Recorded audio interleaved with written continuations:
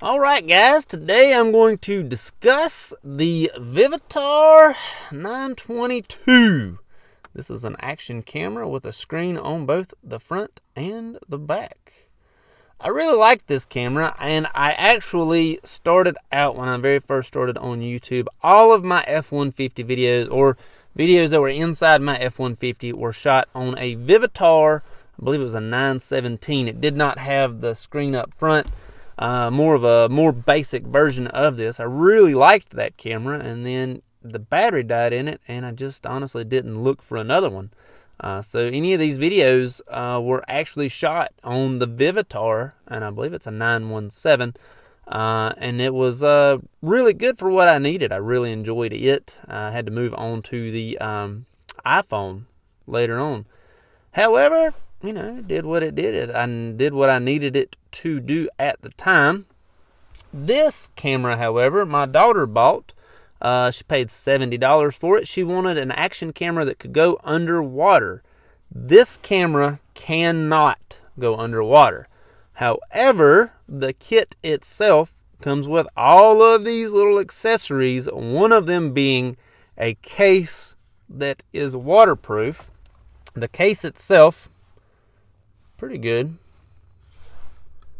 Definitely a harder plastic. It seems like if you were to drop it, would not break. The case itself is waterproof, and we tested it in our bathroom sink, as the temperatures now at the end of November are the highs somewhere in the 40s, so it's quite chilly outside. Yes, definitely not warm.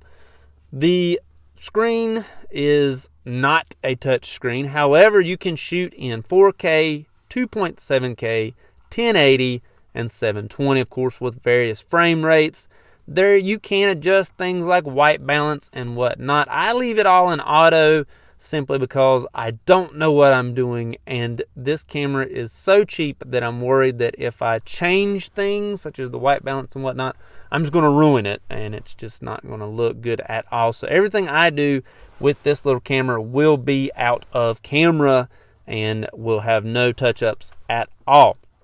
I really do like this thing. Let's go ahead and get it turned on. I'll show you one aspect that I really enjoy about this, and that is, if it turns on here, one aspect that I really do like about this camera is when you're filming with it, the screen, of course, is right there. However, when you record, that little camera right there turns red. So you know that you are recording when the camera turns red. I really like that. I think that is a great feature that they definitely thought of, even on a $70 camera. Not exactly sure if you can tell, this screen is just not the best. It does what it does. You can kind of tell if you are or are not in focus, and, it works. One thing also to note that I have to show you this way is if I am to turn the camera over, I don't know what this feature is actually called, but you stay in frame right side up. And so, as you can tell, you're not upside down. It's going to take me a little bit because I'm looking at one camera and then shooting with another. You're still right side up, which is awesome. And the microphone is, of course, on the bottom side, which you got to worry about, which I would rather hold it upside down anyways in order to sort of catch myself and also be able to hear myself. There's a little slot right there that I like to put my thumb in. It feels more natural to me. Let's get a little bit of footage of this compared to my iPhone 7 and also a little bit of sound quality. We're going to come straight out of the iPhone 7. Right now I'm using a microphone. However, we're going to come straight out of the iPhone. I'm also going to be walking. It is quite sunny. It is cold, but it is quite sunny today. Leaves have fallen. Probably going to be some crunching. Let's hear the sound differences. Alright, so right now we are on the iPhone 7 audio, and the Vivitar 922 just picking me up right now. This is hard to do, actually. I'm kind of standing behind some trees in my building. It is quite windy, and this is audio straight out of the iPhone 7 as well as audio straight out of the Vivitar 922. How is the color quality? All right, switching over to audio out of the Vivitar. How does it sound? Look okay? Sound okay? How's the stabilization? Just a little bit of a walk. Sounds all right, looks all right. There we go. The colors all the way up, all the way down. Ooh, that took a little bit.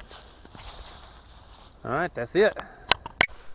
So as you can see, this camera is not the best. It just isn't. You know, of course, it has the front-facing screen like the GoPro 9s and the GoPro 10s, as well as the DJI Osmo Action, the first generation.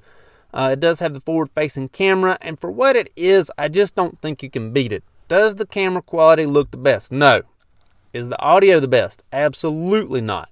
Not at all. I'm not even pretending that it is. It does not even have a microphone jack so that I can put in external audio. However, you can't beat it for $70. This is definitely a good way to get into it. You can be heard, you can be seen, and that's really all you need. And so this is a definite win in my book, especially with all of the accessories that it comes with. Hope it helps. Thank you much.